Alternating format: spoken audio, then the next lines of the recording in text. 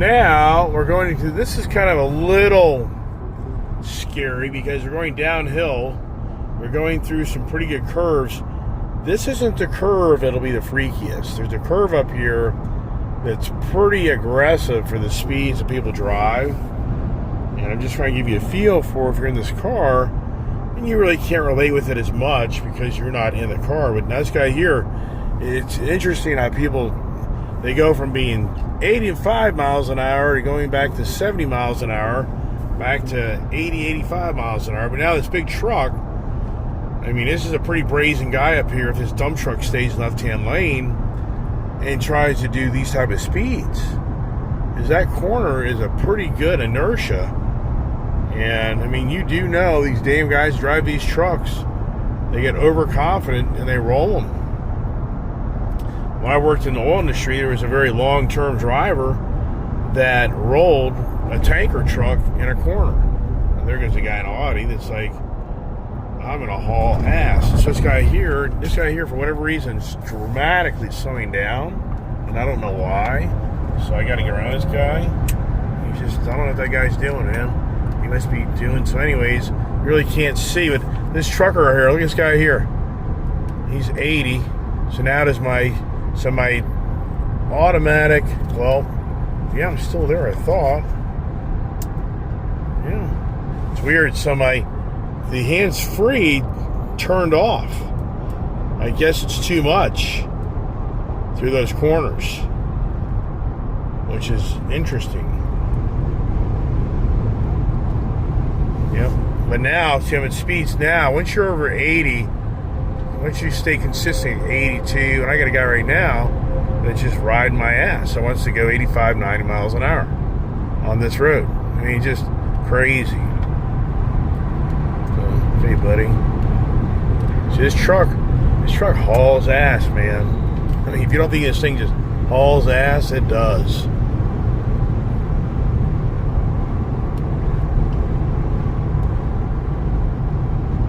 I really haven't run others on the road in this vehicle. I never really have done like a pull. But I haven't driven this truck that much. That's the thing. It's incredible how many electric trucks I've bought, but at the end of the day, I don't really drive them. The first truck I bought, I only had that thing for like a little over a few months. And then the next truck I bought, I gave to Joe. Then this truck I bought, I basically eventually gave it to Julia and Brian. So that guy, that's a dealer. So that's a guy right there. That guy, he isn't here. So he's here. So when you get this phone in front of this technology, this thing starts talking to you.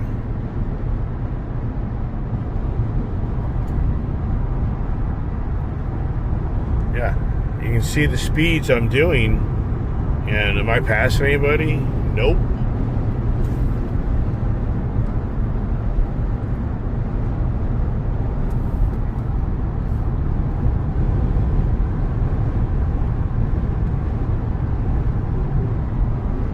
It will bug you. Alright, you see here back in the hands-free mode.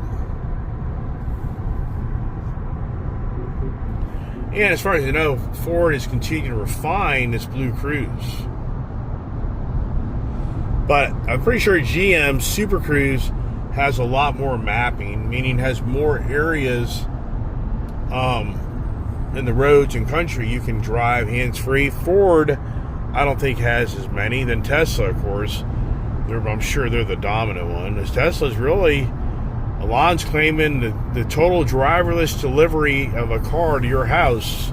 When you buy a brand new Tesla, I think in Texas, I don't know if it's approved or not, but he's talking on this X platform, and you can buy a Tesla car and it's going to drive itself from the factory to your house with nobody in it. As far as I know, there could be somebody in it, but it's going to be driverless. That's where it's all going. Incredible where it's all going.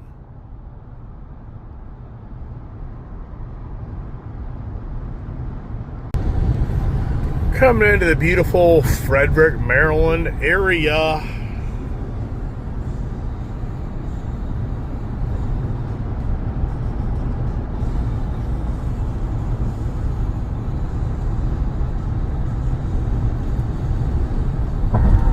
This truck goes in for service tomorrow morning. Gotta remind my wife that today you gotta follow me up to Jerry's Ford Leesburg. Now, Jerry's Chevrolet sold out, and a lot of these small-time dealers are starting to sell out to the bigger guys. So Jerry's family always had challenges.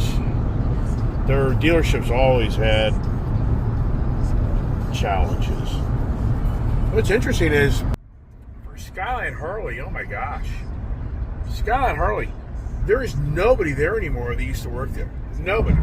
They have literally cleaned house. There's not one person at a dealership, I think, that was there 3 months ago. You go a year ago, for sure. There's nobody there. It's all new personnel. What the hell is going on? I mean, you know what's going on. I tell you, right? They're struggling. So for all the people who are making the money, they're telling them you can't make that type of money anymore. And then they get an attitude.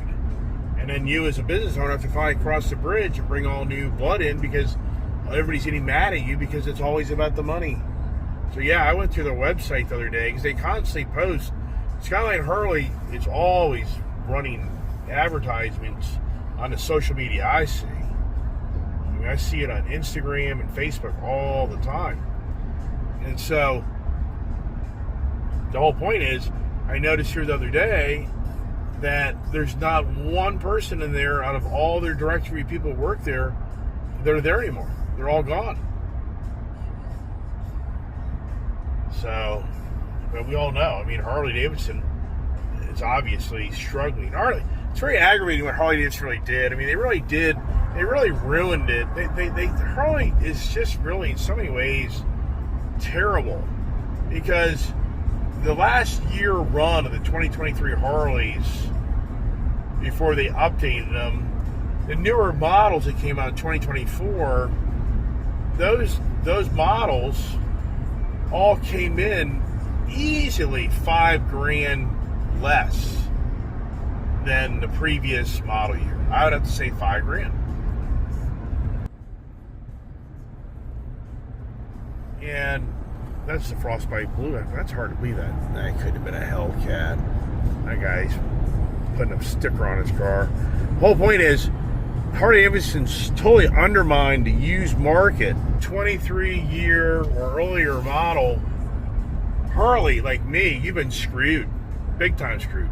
Because a guy can go out and buy now, somebody buys a 24 brand new Harley Davidson Road Glide or Street Glide and keeps it for 3 to 6 months. It's probably worth on trade $23,000, maybe. It's probably in the market at 23, 24. And so, but the only thing I would argue in that is, are you telling me that you can buy a Harley Davidson CVO 24 model that was $42,000? You're telling me now its trade value is 20? I have no idea, but if that's the case, wow. But I think they really have ruined their own used Harley market, and they were bragging for years on how they kept the Harley Davidson used market very healthy. So Harley Davidson is now in a free fall, if you ask me. And I told Skyline Harley when they first opened up that I didn't think they'd make it, to be honest with you. They're just so rural. And I think the only reason they are make it is because the company owners own another Harley dealer, I think up in Michigan. Look at this here. Already the traffic woes have already started to go north on 70, 270 to get up out of Maryland. So really the reason I bring all this up is it's beyond believable of how many people are offering me $20,000, $22,000 for that Harley Davidson CVO. I never even looked into it and really what the prices are, but wow. is what it is, right? Alright, so this here I gotta be a little careful because the speedo is 55, and in fact the hands free. As I rock around the neighborhood, that's where Frederick Harley-Davidson used to be, right over there, but now it is Star Cars Toyota. They never have done anything. That building's still vacant. I drove by there the other day. So the former Harley-Davidson and Frederick is gone. They have done nothing. That building's just vacant. It just says Star Cars Toyota. So it is interesting. Frederick, Maryland, they lost a Honda dealership and a Harley dealership, and it's never been replaced. I'm surprised the Honda dealership hasn't been replaced. I mean, right now, for the Honda motorcycle division side, you got to go to Twiggs in Frederick, Maryland, or you got to go over near Baltimore, Maryland for a Honda dealership, or you got to go out to Winchester or Manassas. I'm just thinking out loud. I don't know of another Honda dealership in this area. So this is the roads, and I've driven so long, and it's just always a puzzle on how people drive down this road, and it gets all finagled.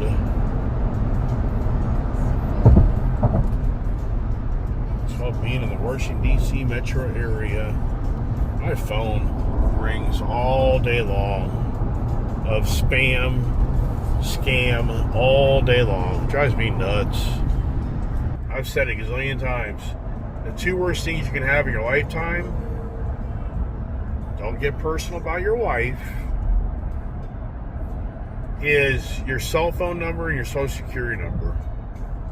Those are the most trackable things you can have in your life. Cell phones, they're trackable. We realize they're not.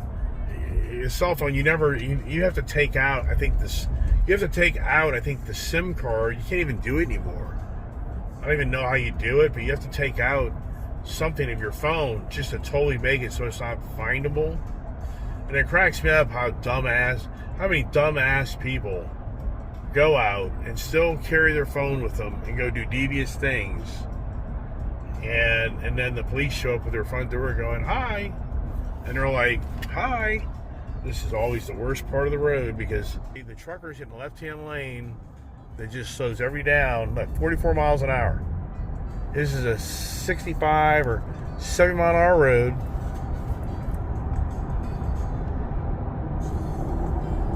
So where are these people moving to? Where are they leaving? Up a guy with a Mustang. What's going on there, huh? Yep, it's Friday. It's a beautiful Friday. What happens is everybody starts escaping out the back door, front door, to get on the road and go home. See, here's next to tractor trailer, and it gets a little freaky because of the alright, well, I gotta get in the right hand lane, so I'm not gonna really get anywhere, so I'll just have to sit here and just hold my breath as I try to get off the next exit and just let the car do its own thing where the car's gonna putt along. No driving there, nothing there, and just let it be.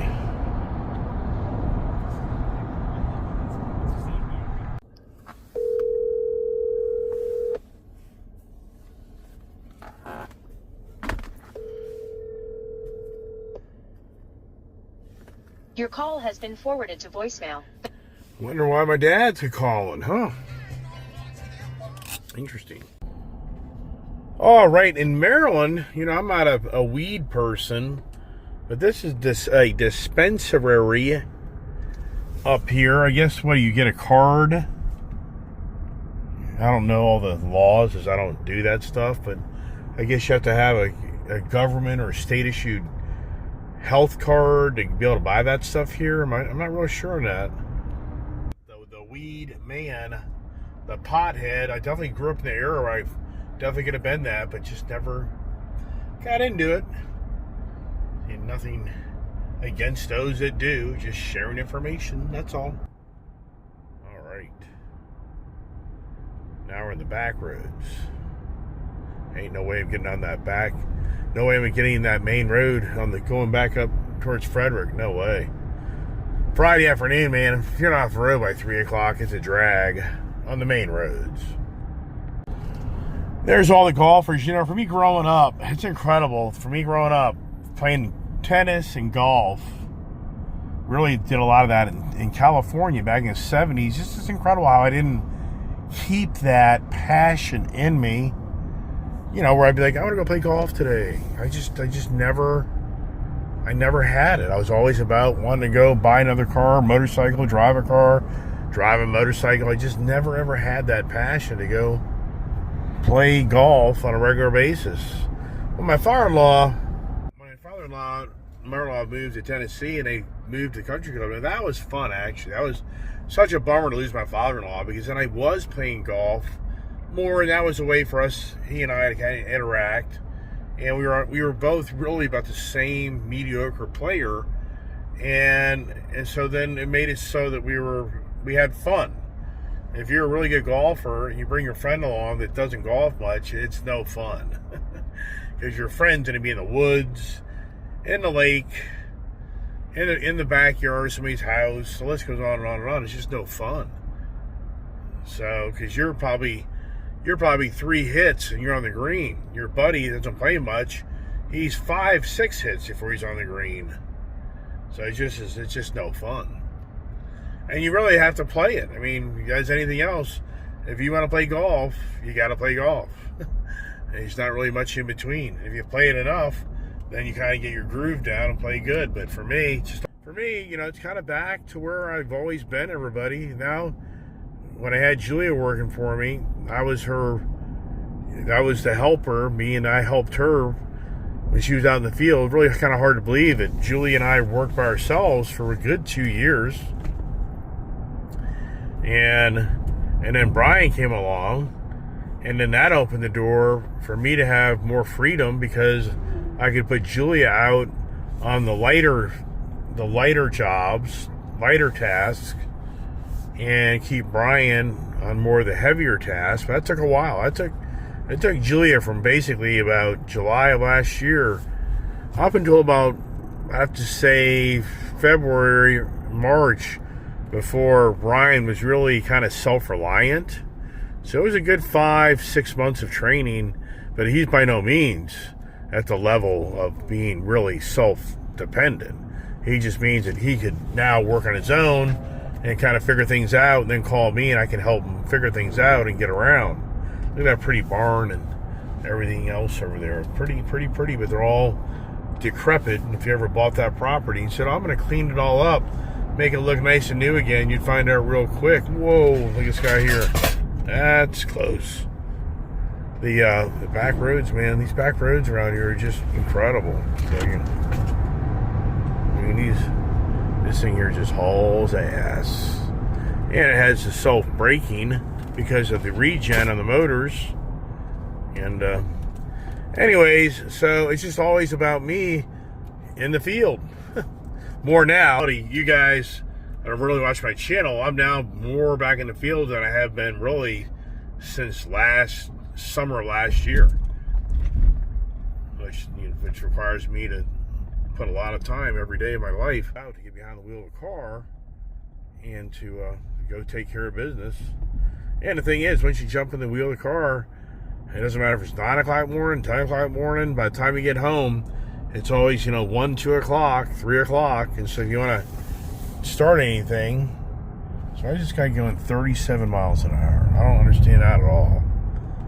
It's like, buddy, this is a 55 mile an hour road.